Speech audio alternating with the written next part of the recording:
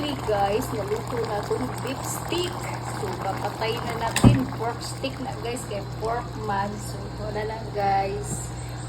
Wow, yummy yummy. Nagmamatika-tika ang pork. Kalami guys. Super lami talaga. Grabe, ganun talaga guys. Pagka may anak ka na, matuto ka talaga magluto. Bahalag nagkapasok-pasok guys.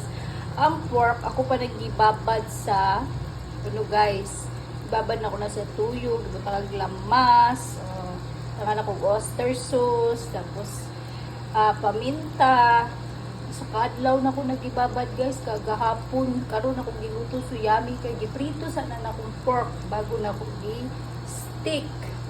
Tagabay sabaw, tapos pinalambot ko ng mabuti para masarap pagkain, di matigas-tigas. Ayan, yummy talaga guys, grabe, super yummy yan na talaga guys. Napakasarap talaga ng ulam natin, pork stick. Bukas guys, yung ulam natin is mag-update ako guys.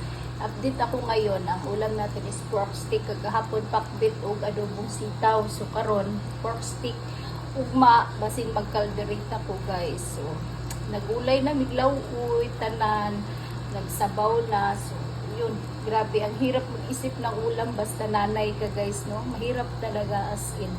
At least naka-update na ko sa inyo sa kung giluto guys. So, mauna pong giluto guys. So, mga unatan ninyo, super yummy yummy na ni guys. Atong pork stick, sobrang yummy yummy na ni guys. Kaya mga unatan ninyo, bawal mag-diet. Sa gabi lang ta mag-diet guys. So, sa almusal ug tanghalian, kailangan ka talaga magkanin.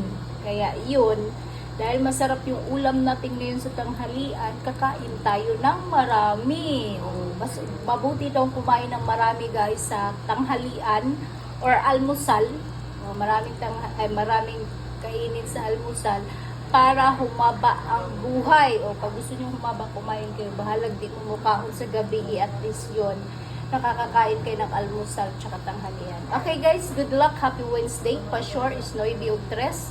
I love you so much sa inyong tanan guys. Salamat, sobrang thank you kaayo. Og sa tanan po na nihatag og barato sa kuha nakasabay kagahapong adlaw. Salamat. Salamat sa tuang 074. Pagkagabi is 04 and 929. Sayang, gihatag jud na ko sa YouTube pero naputol. Pero nagihapon ko'y 4, so naka-discard sa 04. Congratulations po. Bye-bye guys. Ug happy Wednesday. Mag-live ko karon guys. Mag-live ko karon para makumpleto itong ihatag na surprise. Good luck.